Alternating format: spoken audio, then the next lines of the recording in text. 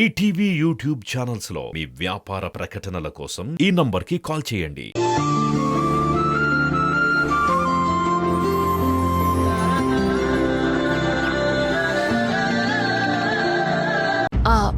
అలా చూడు, మీ అమ్మ నాన్నమ్మ ఎంత బాధపడుతున్నారు.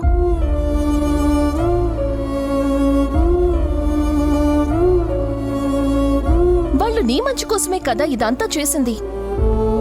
రా నందు.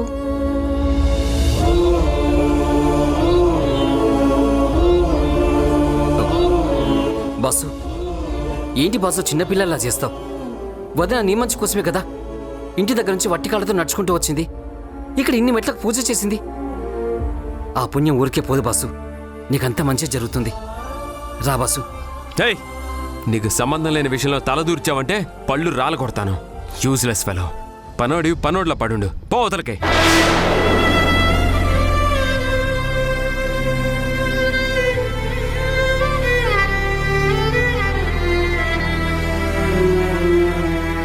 బాబు, మీరేమీ అనుకోకపోతే ఒక మాట చెప్తాను. ఇది దైవ సన్నిధానం. ఇక్కడ కోపతాపాలు పనికిరావు. ఇక్కడ భక్తితో పూజ చేస్తే భగవంతుడు ఖచ్చితంగా ఆశీర్వదిస్తాడు. మీ సమస్యలు ఏమున్నా సరే ఆ భగవంతుడితో చెప్పుకోవాలి. అంతేకాని ఇక్కడ ఆవేశపడటాలు, పౌరుషమైన మాటలు మాట్లాడాలు చేయకూడదు. దయచేసి వచ్చి పూజలో కూర్చోండి బాబు. నందు, నువ్వురా. కావాలంటే నీతో పాటు నేను కూడా కూర్చుంటాను. రా నందు, రా. కూర్చో.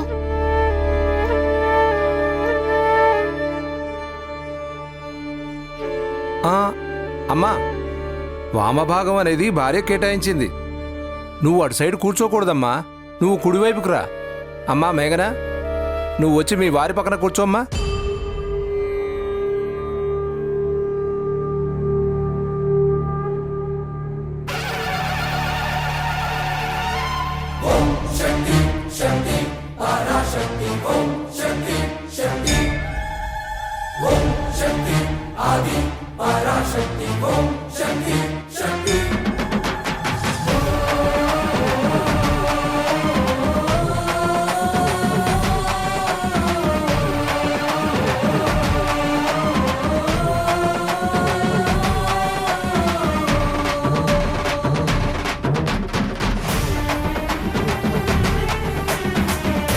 బాబు, భార్యాభర్తలు ఇద్దరు కలిసి ఆ కలశానికి పూజ చేయండి. అమ్మా ఆగమ్మా, అవి భార్య చేతుల మీదుగా తీసుకోవాలి, మీరు ఇవ్వకూడదు. అమ్మా మేఘన, మీ చేతులతో ఇవ్వండి.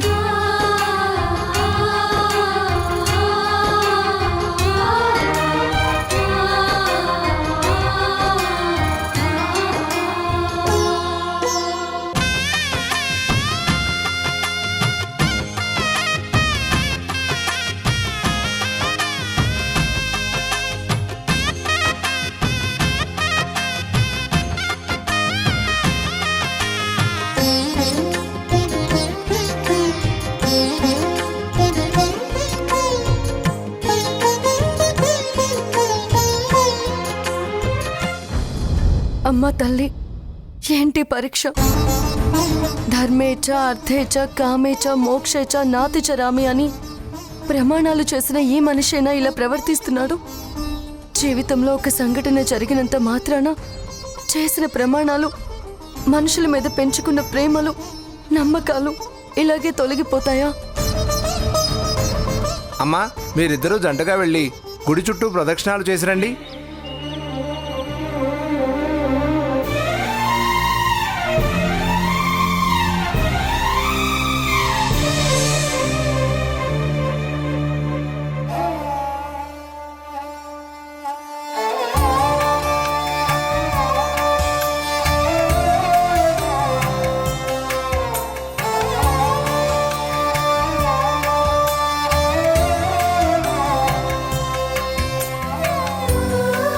అన్యాయంగా కేసులో ఇరికించి నా పరువు తీసింది చాలక ఇప్పుడు నా పక్కనే నిలబడి పెద్ద మహాపతివ్రతలాగా పూజలు చేయిస్తుంది. స్వామి, ఇలాంటి నమ్మక ద్రోహి నువ్వెందుకు క్షమిస్తున్నావో నాకు తెలియట్లేదు. ఒకప్పుడు తనను చూడకపోతే నాకు రోజు గడిచేది కాదు. ఇప్పుడు తనను చూస్తుంటే ఇక్కడ ఒక్క క్షణం గడపడం కూడా కష్టంగా ఉంది.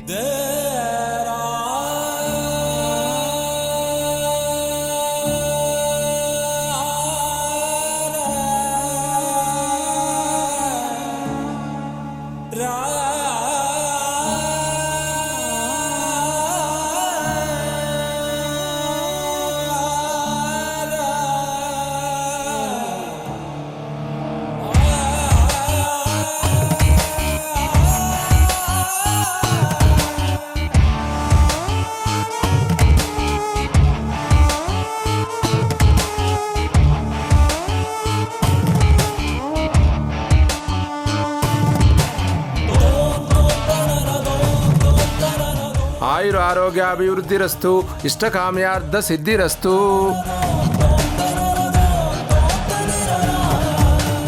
జరిగిందేదో జరిగిపోయింది. ఆ భగవంతుడే మీకు అండగా ఉంటాడు. ఏం జరిగినా అది మీ మంచి కోసమే అని మనసుకు సర్ది చెప్పుకోవాలి. అంతేగాని పగలు ద్వేషాలు పెంచుకోకూడదు. మీ కుటుంబం మంచి కోరే వ్యక్తిగా చెప్తున్నాను. మీరు కలకాలం బాగుండాలి. ఇక వెళ్దాం పదండి. నందు, ఇంటికెళ్ళి కాస్త రిలాక్స్ అవ్వు. రేపటి నుంచి ఆఫీస్కి వచ్చేయి, అంత సర్దుకుంటుంది. మంచి మాట చెప్పిందిరా అమ్మాయి. ఇంట్లో కూర్చుంటే ఏమొస్తుంది? అలా కాస్త ఆఫీస్కి వెళుతూ ఉంటే మనసుకి కాస్త ప్రశాంతత దొరుకుతుందిరా. నందు,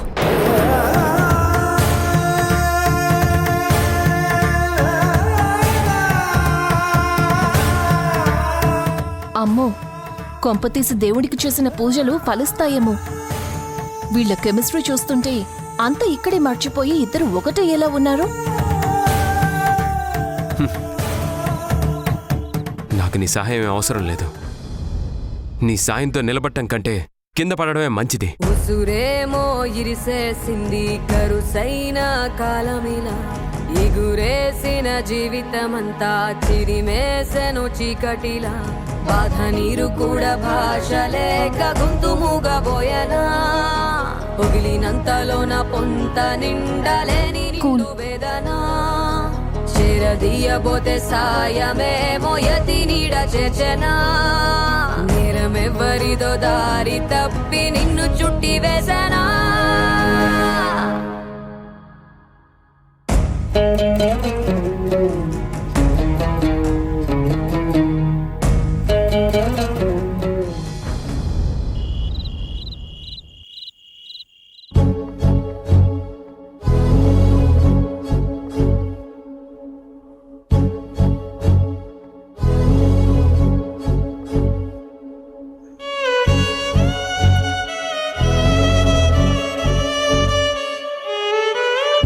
అయ్యో పిన్ని, ఏం చేస్తున్నారు? పర్వాలేదమ్మా, ఏం కాదులే. కాళ్ళివ్వు.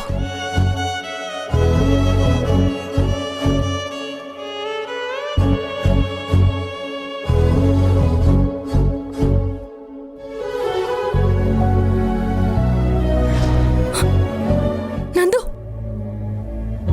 నాకు నీ సహాయం అవసరం లేదు. నీ సాయంతో నిలబట్టం కంటే కింద పడడమే మంచిది.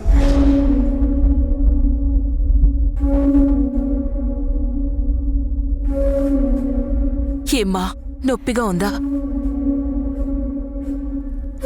భరించలేనంత నొప్పిగా ఉంది. రేపొకసారి హాస్పిటల్కి వెళ్దాం. శరీరానికి తగిలిన గాయాలకైతే ఏ డాక్టర్ అయినా మందిస్తాడు పిన్ని. కానీ మనసుకి తగిలిన గాయాలకి మందివ్వడం అనేది ఎవరితరం అవుతుంది? అసలు ఎందుకు పిన్ని నా జీవితంలో ఇన్ని సమస్యలు? నేనేం తప్పు చేశానని? అసలు ఇవన్నీ ఎప్పుడు మొదలయ్యాయి అంటావు? ఎప్పుడేముందమ్మా, ఎప్పుడైతే వాళ్ళు వారసులు కావాలని కోరుకున్నారో ఆ క్షణం నుంచే అన్ని సమస్యలు మొదలయ్యాయి. లేదు పిన్ని, వాళ్ళు వారసుల్ని కోరుకోవడంలో తప్పులేదు. అసలు ఆ గొడవే వేరు. కానీ నందు నీ కేసులో ఇరికించడానికి అత్తయ్య వాళ్ళకి ఏ సంబంధం లేదు. ఇది కంటికి కనిపించని శత్రువులు ఎవరో వెనకాలండి నడిపిస్తున్నారు. శత్రువులా? నీకు శత్రువులెవరున్నారమ్మా? అదే నాకు అర్థం కావడం లేదు పిన్ని. ఆ లాయర్ ప్రాక్టికల్ గానే చెప్తున్నారు. మీ వెనకాల శత్రువులు ఎవరో ఉన్నారు, వాళ్ల వల్లే నేను ఈ కేసు టేకప్ చేయడం లేదని చాలా క్లియర్గా చెప్పారు.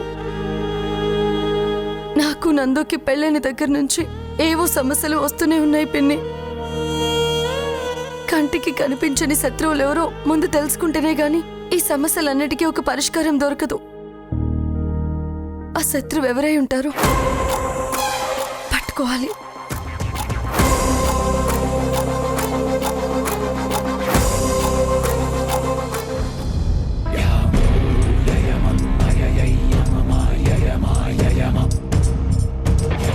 Success, grand success my dear Barbie.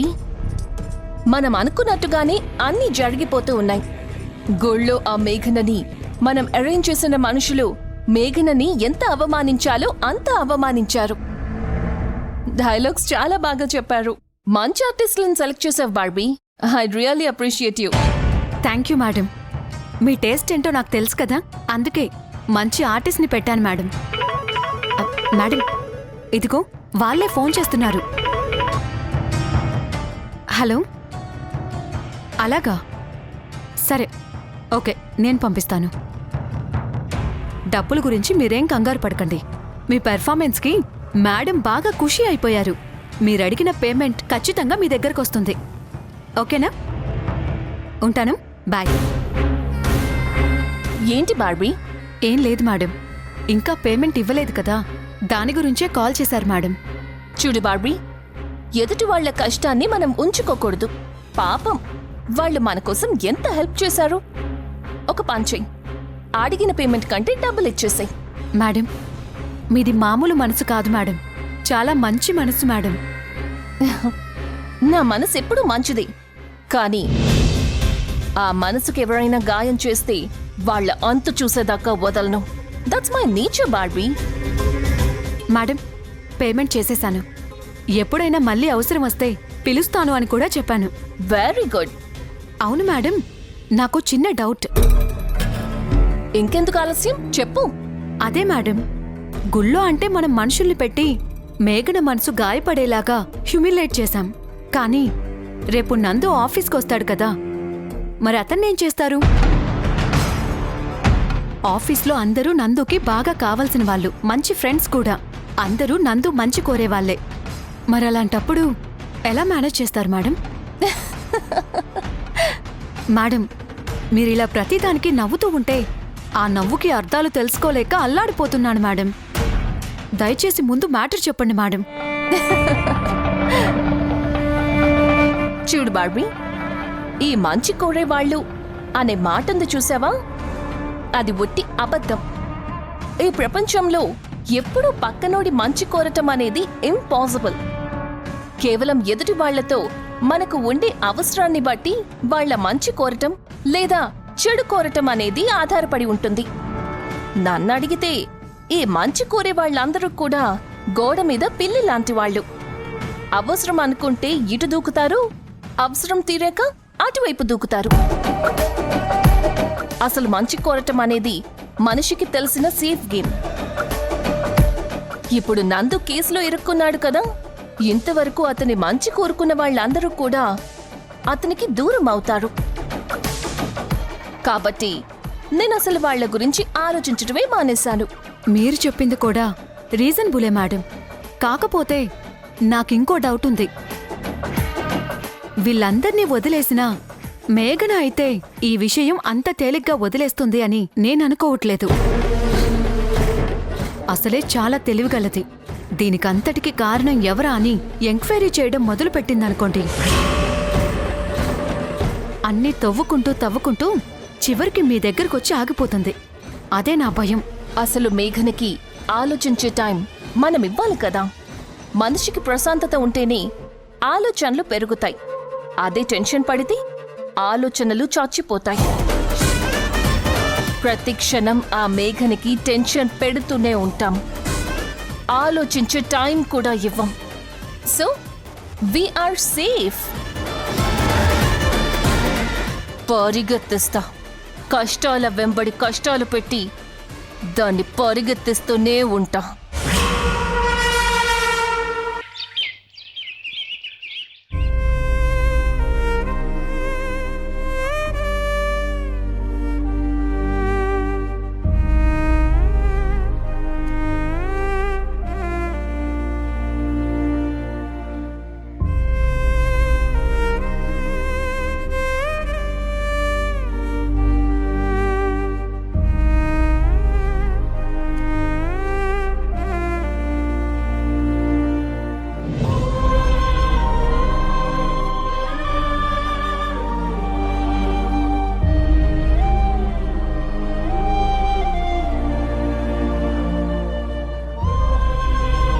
అత్తయ్య కాఫీ.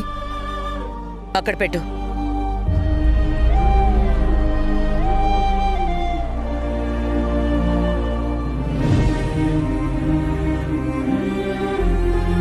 బామ్మగారు కాఫీ.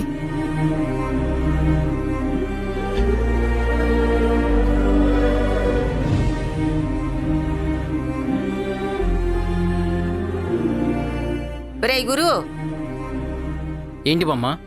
ఈ కాఫీ తీసుకెళ్లి సింక్లో పారబోయిరా. ఏంటి బామ్మ కాఫీ పారబోయమని చెప్తున్నావు? చక్కగా మీకోసం స్పెషల్గా కాఫీ పెడితేను. నువ్వు నోర్మై. అది స్పెషల్ కాఫీయో మామూలు కాఫీయో నువ్వు చెప్తేనే గానీ నాకు తెలీదా? నోరు మూసుకొని చెప్పింది చెయ్యి. అమ్మా సులోచన, నీ చేత్తో ఒక మంచి కాఫీ తెచ్చిపెట్టమ్మా. అలాగే అత్తయ్య.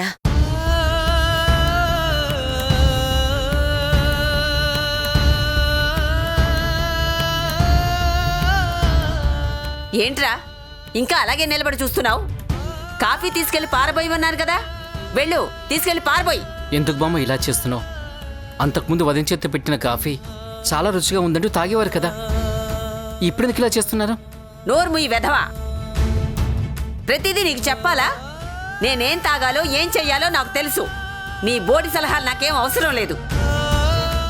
నాకు మనుషుల మీద నమ్మకాలు పోయాయి. ఇక వాళ్ళు పెట్టిన కాఫీలు తాగుతూ కూర్చుంటానా? పోవతలకి.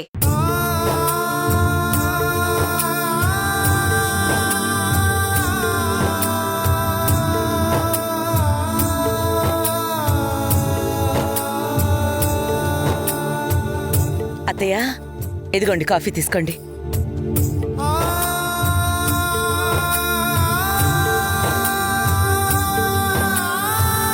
వదిన పిల్లలు రెడీ అయిపోయారు, వీళ్ళకి టిఫిన్ పెడితే నేను వీళ్ళ స్కూల్లో దింపేసి వస్తాను. అది రండి. వెళ్ళండి. కన్నీరు కారే నీ ఆశలారే, కన్నీరు కారే నీ ఆశలారే, చిరునవ్వులు చిన్నబోయలే,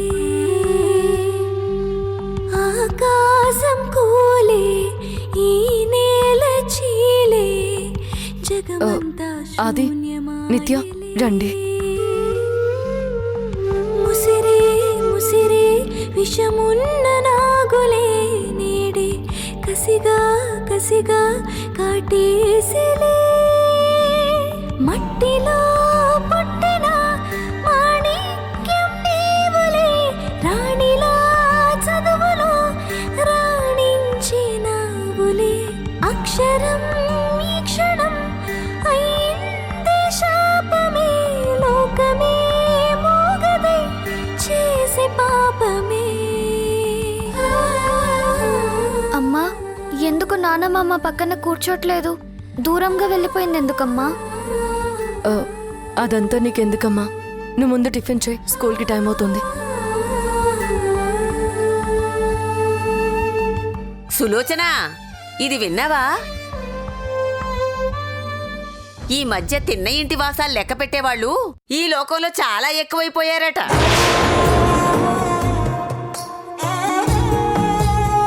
ఇదిగో పేపర్లో ఈ వార్త చూడు. పోనీ కదా అని చేరదీసి ఇంట్లో పెట్టుకుంటే అన్నం పెట్టిన వాళ్ళకే కన్నం పెట్టిన వాళ్ళ చరిత్ర చక్కగా రాశారు ఇందులో.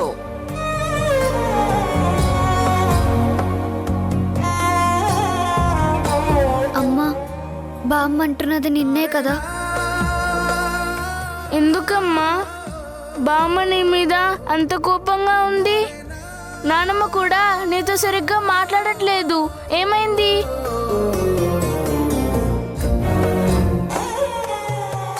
అది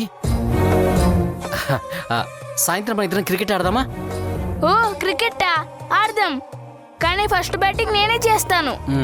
ఎప్పుడు నువ్వే బ్యాటింగ్ చేస్తావు, నాకు అసలు బ్యాటింగ్ ఇవ్వవు. ఓ పని చేద్దాం, నువ్వు బౌలింగ్ చెయ్యి, ఫస్ట్ నేను బ్యాటింగ్ చేస్తాను. నోను, ఫస్ట్ బ్యాటింగ్ నేనే చేస్తా, నువ్వే బౌలింగ్ చేయాలి. సరే.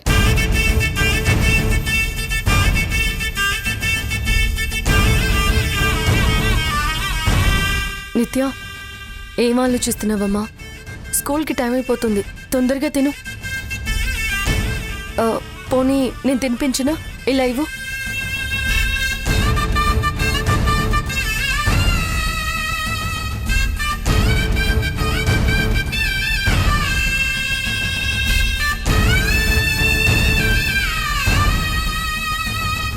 ఏంటో మనుషులు, కొంతమందికి ఎన్నన్నా చలనం ఉండదు. దున్నపోతు మీద వాన పడ్డట్టే.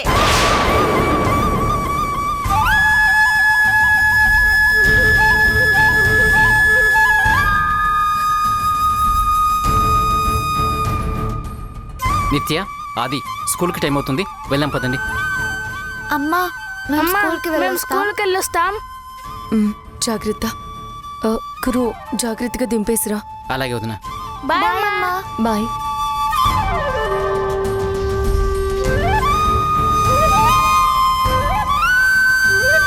తాతయ్య, నానమ్మ.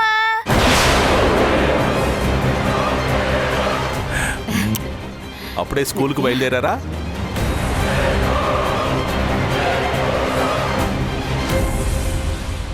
నిత్య, నువ్వు చెప్పమ్మా, అసలేం జరిగింది?